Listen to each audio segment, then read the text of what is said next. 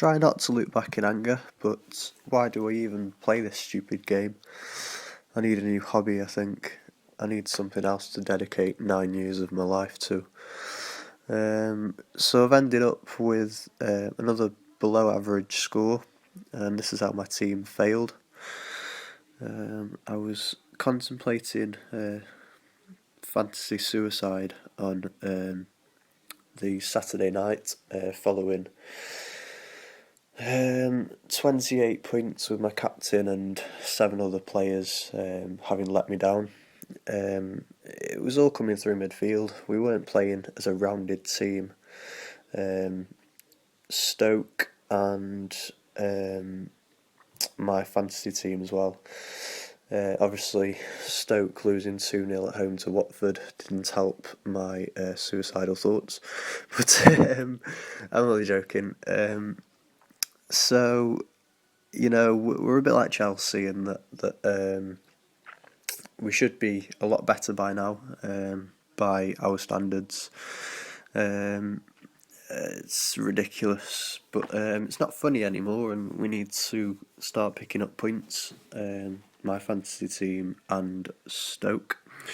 I was burned by Man U and Man City's defence and Harry Kane's hat-trick on Sunday.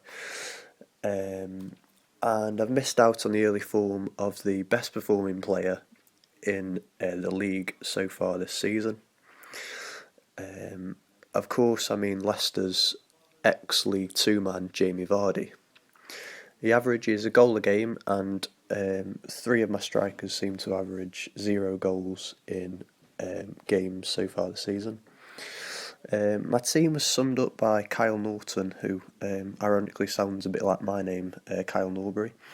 I was shafted a bit at Swansea, failing to keep a clean sheet at Villa Park, so I missed out on quite a few points with that one. So it was a strange performance because he made an assist, which is very good for a defender, but Kyle Norton, like Ashley Williams, picked up yellow cards and obviously conceded that goal at Villa Park, which I didn't expect. Kurt Zouma is a similar case scenario. Nothing's ever straightforward for my team in FPL. He had a goal ruled out because the ball didn't completely cross the line, although, I mean, there was millimetres in it. So he got the assist for Chelsea's goal and was one of the top performers in the game, actually, despite conceding 2 goals, Kurt Zouma. So that sort of sums up my season so far. I mean, really unorthodox, performing well in some areas, but lacking a bit of luck in others. And my midfield is heavy in quality and price. So there's not a lot in the way of my defence and attack. My midfield is good again. A few points here and there. Obviously, De Bruyne and Mata had a difficult Manchester derby in a game where there was not a lot of space for them to work their magic. So below average, quite a few points below average, and I'm now in mid-table mediocrity. I'm left a shadow of my former manager.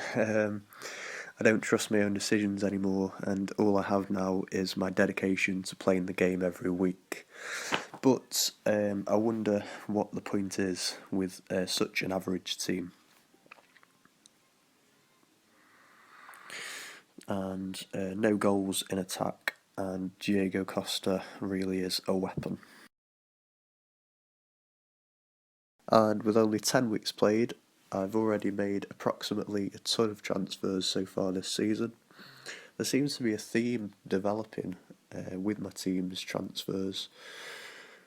I signed Anthony Martial a week late, Kurt Zuma a week late, Kevin De Bruyne a week late, and Diego Costa a week late. All of which haven't replicated the same sort of form previous to me signing them, and haven't scored many points playing for my team. I don't know why that is. Maybe they don't fit into the system or something. I don't know. So whether this is down to me being unlucky or through poor judgment by choosing players out of total knee-jerk performances and going for form over fixtures is up for debate. Now though, I've finally grit my teeth and gave in to Jamie Vardy. He's a player I've signed 7 weeks too late as opposed to just one. I distinctly remember deciding Mahrez was enough Leicester coverage for my game week 3 wildcard, and I was wrong. Even when the opportunity arose for me to get Vardy, with Aguero being injured, I still decided that Vardy wasn't the player to sign for my team. I decided for some reason to go for a premium striker, which don't really exist, playing for one of the top clubs.